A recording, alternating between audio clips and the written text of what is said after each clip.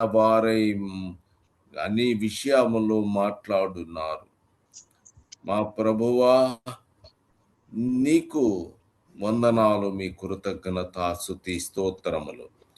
మాకు తెలియచేయుము అయ్యా, ఏ ఆయుధము అనేటువంటిది మేము తెలుసుకోవాలి నాయన. మా ప్రభువా, నీవు ఏదైతే మాకు తెలియజేసావో దాని ద్వారా మేము వృద్ధి పొందటానికి మాకు సహాయము చేయుము. ఇష్టం వచ్చినట్టుగా మాట్లాడకుండా నీకు లోబడి నువ్వు ఏది చెప్తావో అది మేము పోవాలి నాయన. మా ప్రభువా, నాయన వాళ్ళు అది చెప్పున్నటువంటి ఎవరు చెప్పినా పర్వాలేదు నాయన. వాడు చెప్పినటువంటి వాక్యము వారు చెప్తే వాళ్ళని ఆశీర్వదించి దీవించి అయ్యా ప్రభువా దీవి పాడమని యేసుక్రీస్తు ప్రభు యొక్క నామమున ప్రార్థన చేయుచున్నాను. ఆమేన్. ఎవరైనా సరే ప్రవచనము ఒకటి వచ్చిందంటే, బ్రదర్ నేను మాట్లాడతాను అని చెప్పి నిర్భయంగా మాట్లాడవచ్చును, కానీ వేరే సంబంధించినటువంటి మాటలు మాట్లాడకూడదు. దేవుని గూర్చిన వాక్యము మాత్రమే, ప్రవచనము గూర్చి మీరు చెప్పటానికి ప్రయత్నము చేయగలరు. ఆమేన్. ఇప్పుడు వాక్యం ఏదమ్మా?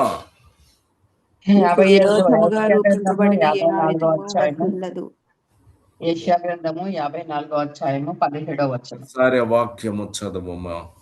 నీకు విరోధముగా రూపింపబడిన ఏ ఆయుధమును వర్తిల్లదు. న్యాయ విమర్శలో నీకు దోషారోపణ చేయు ప్రతివానికి నువ్వు నేరస్థాపన చేసేదవు. యెహోవా యొక్క సేవకుల నీతి నా వలన కలుగుచున్నది, ఇది వారి యొక్క స్వాస్థ్యం. ఇదే యెహోవా వాక్కు. ఆమేన్. ఆమేన్. హల్లెలూయా. హల్లెలూయా. ఇప్పుడు లూకా 11వ అధ్యాయము 21వ వచనము. లూకా 11వ అధ్యాయము 21వ వచనం. బలవంతుడు ఆయుధములు ధరించుకొని కొత్త నిబంధనలో ఏం చేయాలి? పాత నిబంధనలోనేమో ఆయుధములు అంటే ఇవి ఆయుధాలు అంటే ఏమిటి? యుద్ధానికి సిద్ధమైన ఆయుధాలు అన్ని వాళ్ళు వేసుకొని యుద్ధానికి బయలుదేరాల. అవునా కదా? యుద్ధానికి పోవాలి, వాళ్ళు జయించాలి. ఇక అనేక విషయాలు పొందుతారు. ఆమేన్. కానీ చదవండి నెక్స్ట్ అక్కడి నుంచి. బలవంతుడు ఆయుధములు ధరించుకొని తన ఆవరణమును కాచుకొనున్నప్పుడు అతని సొత్తు భద్రముగా ఉండును. అవును, ఆమేన్. తర్వాత 11:22 లోకాలు. అయితే అతని కంటే బలవంతుడైన ఒకడు అతని పైబడి జయించినప్పుడు అతను నమ్ముకొనిన ఆయుధములన్నిటినీ లాగుకొని అతని ఆస్తి. బలవంతుడు ఆయుధములు ధరించుకొని తర్వాత అతను 2వ వచనములో పైబడి జయించున్నప్పుడు, ఇక్కడ 21వ వచనములో బలవంతుడు ఆయుధములు ధరించుకోవాలి. కానీ ఇంకా 22వ వచనంలో ప్రభు చెప్తున్నాడు ఏమని?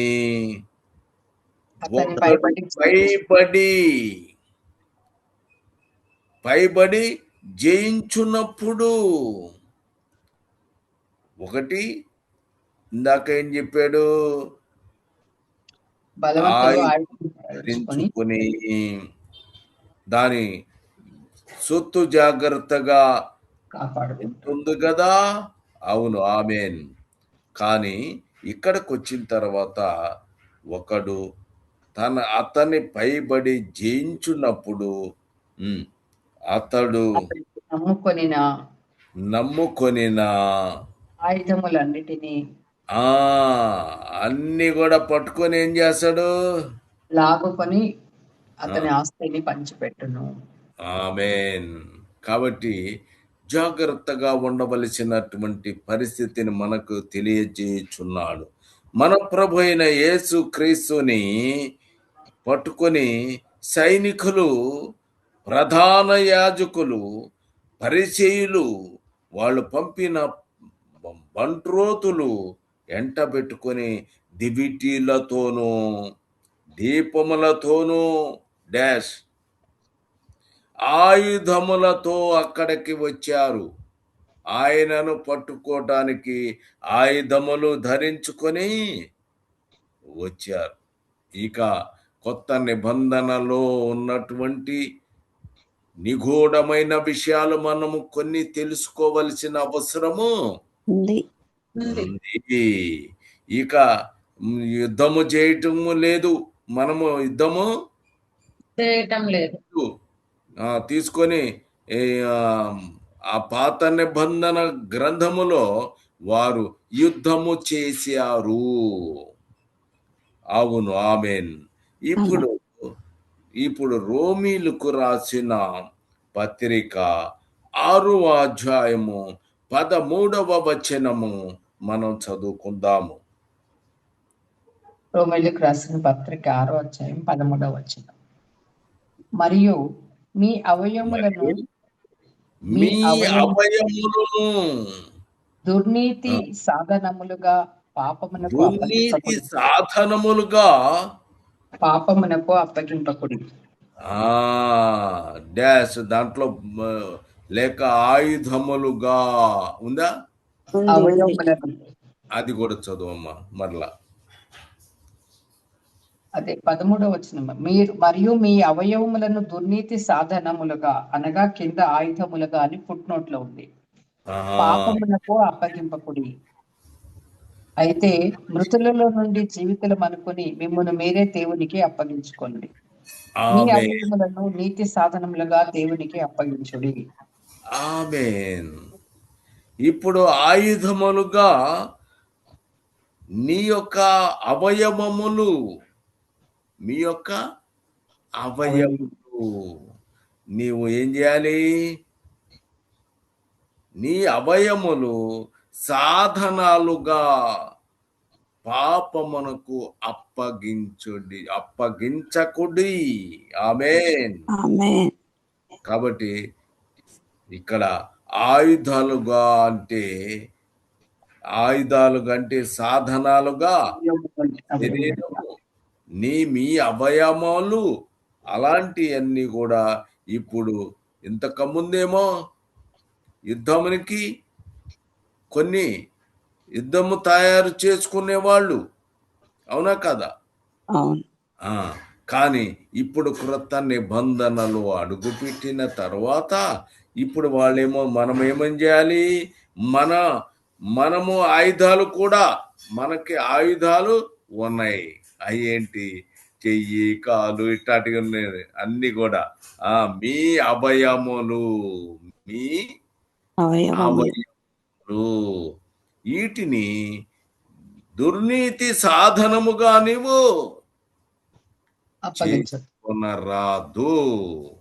ఇప్పుడు మీకు ఆయుధం ఏమైంది? అవయవలే ఆయుధం. మీ అవయవాలు దుర్నీతి సాధనముగా అవి సాధనములుగా పాపానికి అప్పగింపకుడి. అంటే వాళ్ళ దగ్గర ఆయుధాలు అంటే వాళ్ళ దగ్గర ఏముంటాయి? కత్తులు, కటార్లు, ఎట్లాంటి ఆయుధాలు వాళ్ళకు ఉంటాయి. ఎవరికి? పాత నిబంధన గ్రంథములో ఉన్నటువంటి పెద్ద వాళ్ళకి ఉంటాయి. కానీ ఇప్పుడు క్రొత్త నిబంధనలో మనకి ఆయుధాలుగా దాని ప్లేసులో ఇప్పుడు మనకేమిచ్చాడు? ఆయుధములు, అవయవములు. అవయవములు అంటే అవయవాలేంటి? అవయవాలు నేను తెలుగు చెప్పటం చేత కావట్లేదా? మీ అవయవములు. మీ చెయ్యి మీ అవయవమా కాదా? మరి మాట్లాడట్లేమి? కాలు కన్ను, ఈ కన్ని మీ శరీరంలో ఉన్నటువంటి అవన్నీ అవయవములు. అవునా కాదా? మరి ఏమైంది? Body parts.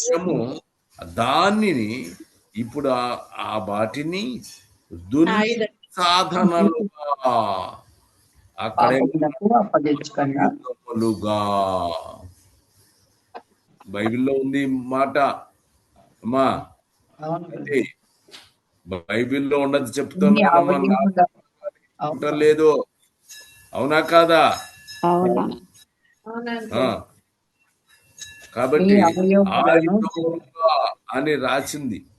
కాబట్టి ఆయుధములుగా అని రాసింది కనుక మన యొక్క అవయవాలు ఏవైతే ఉన్నాయో, ఇలాంటి చెయ్యి, కాలు, ముక్కు ఇట్లాంటి అన్ని కూడా మనము దుర్నీతికి మాత్రము సాధనాలుగా ఉపయోగించద్దు, దానికి ఉపయోగించద్దు.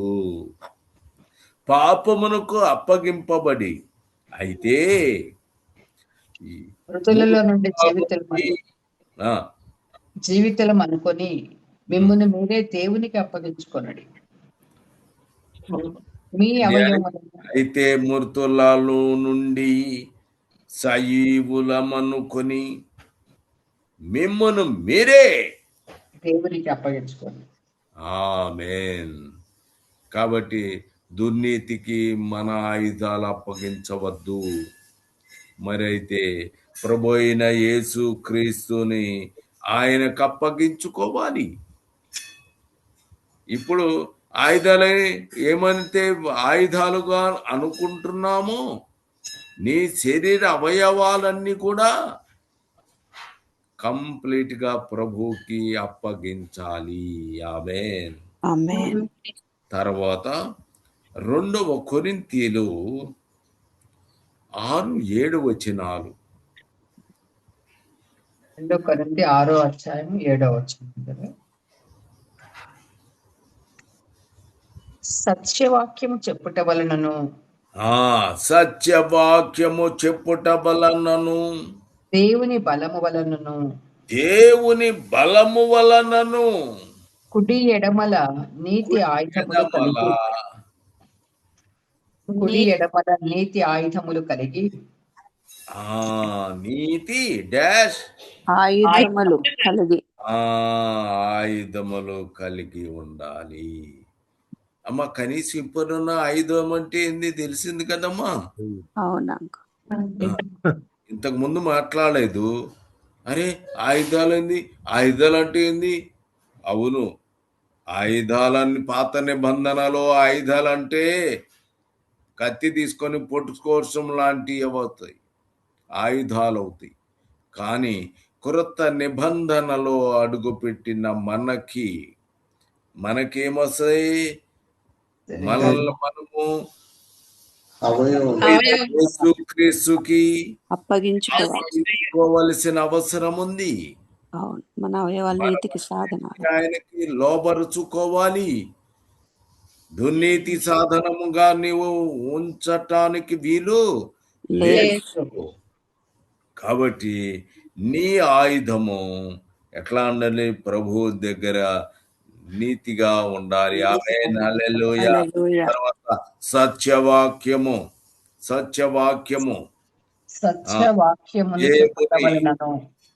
దేవుని బలము ఎట్లా? కుడి ఎడమలకు నీతి ఆయుధములు కలిగి ఆమేన్, హల్లెలూయా. సత్యవాక్యము కలిగి ఉండాలి, దేవుని బలము కలిగి ఉండాలి. పొందుకోవాలి. తర్వాత ఏం చేయాలమ్మా? దేవుని బలము వలన బయటికి. నీతి ఆయుధములు కలిగి ఉండాలి. ఆమేన్. కుడి ఎడకు నీతి ఆయుధములుగా ఏముండాలి? నీతి. నీతి ఆయుధములు కలిగి చిన్న చిన్న అబద్ధం ఆడటం మనకు చేత కాదు. మరి ఏం కావాలి? నీతి కావాలి. ఆమేన్. ఇక మొదటి పేతురు 4:1 ఏంటండి? 4వ అధ్యాయం 1వ వచనం. మొదటి పేతురు. క్రీస్తు శరీర విషయములో శ్రమపడెను కనుక క్రీస్తు శరీరమందు శ్రమపడెను కనుక ఏం చేశారమ్మా? శ్రమపడ్డాడు. శరీర విషయంలో శ్రమ పడ్డాడు కనుక శ్రమపడెను గనుక మీరు అట్టి మనస్సును ఆయుధముగా ధరించుకొనుడి. ఆయుధముగా కలిగి ఉండాలి. అంటే ఎట్లా ఉండాలి? క్రీస్తు శరీర విషయంలో శ్రమ పడ్డాడు. తర్వాత మనం ఏం చేయాలి? మనం కూడా అట్టి మనస్సును ఆయుధముగా మార్చుకోవాలి. ఆయుధాలు నీవు ధరించుకొనాలి. ధరించుకున్నారు. ఏమి ధరించుకున్నారు? ఆయన మనస్సుని ఆయుధముగా. మనస్సుని అంటే ఏం చేయాలి? శరీర విషయంలో శ్రమపడినను శరీరమందు జీవించి మిగిలిన కాలం మీదట మనుజాసులను అనుసరించి నడుచుకొనక దేవునికి ఇష్టానుసారంగా నడుచుకొనున్నట్లుగా పాపమును దొరికిపోక అందుకే అది మనస్సు. ఆమేన్. క్రీస్తు శరీరమందు శ్రమ పడెను. ఆమేన్. ఆయన ఎంత శరీరమందు శ్రమ బాగా పడాడు. ఇప్పుడు నీవు నీ యొక్క మనస్సుని ఎట్లా తయారు చేసుకోవాలి? మనసును ఆయుధముగా మలుచుకోవాలి. ఆయుధము ధరించుకొనుడి. ఆమేన్. నీవు కూడా అట్టి మనస్సును ఆయుధముగా ధరించుకోవాలి. నీవు ఇష్టపడతావా? క్రీస్తు శరీరమందు శ్రమ పడెను కాబట్టి నేను కూడా ఆయుధముగా నేను ధరించుకొని ఉంటాను. ఆమేన్. క్రీస్తు శరీరమందు శ్రమ పడిన కనుక మీరును అట్టి మనస్సుని ఆయుధముగా ధరించుకోండి. కాబట్టి క్రీస్తు నందు ప్రియ సహోదరులారా, మీరు ఒక్క నిమిషం మీరు ఆలోచన చేయి. మనము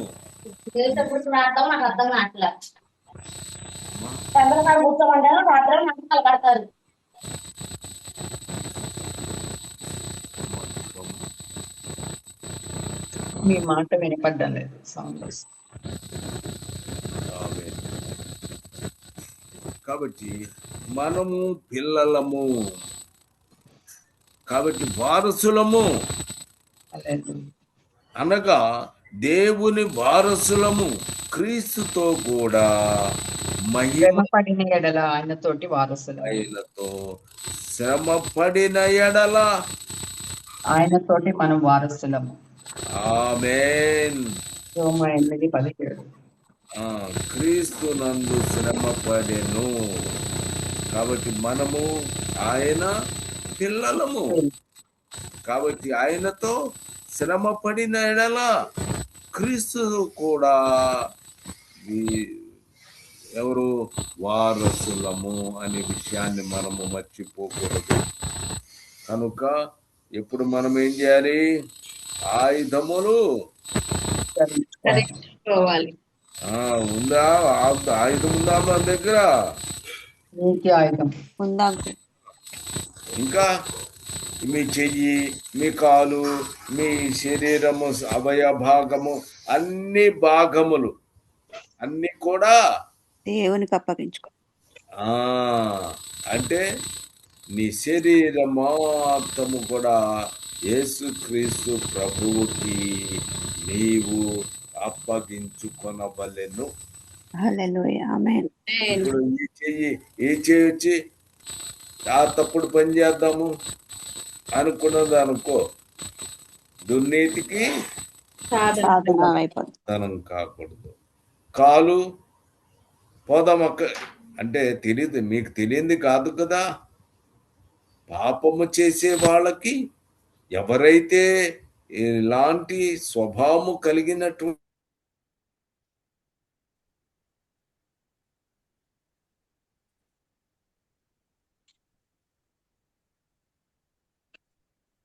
చాలా చాలా భయంకరమైనటువంటి జీవితము అనుభవిస్తారు వాళ్ళు. కానీ మనం ఆ రీతిగా ఉండటానికి నీతికి మనము సాధనము కలిగినటువంటి వారుగా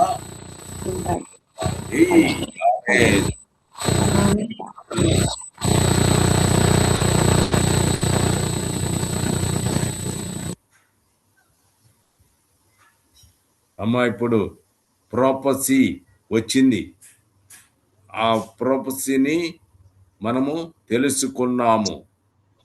ఇప్పుడు ప్రొఫెసీ మరలా మనము రేపు ఈ దినమున మరి ప్రవచనము గనక వస్తే ఆ ప్రొఫెసీని మరలా మనము బయటకి తెలియచేయగలరు. ఆమేన్. ప్రార్థన. దేవుని వారసులము, ప్రేమ నివాసులము,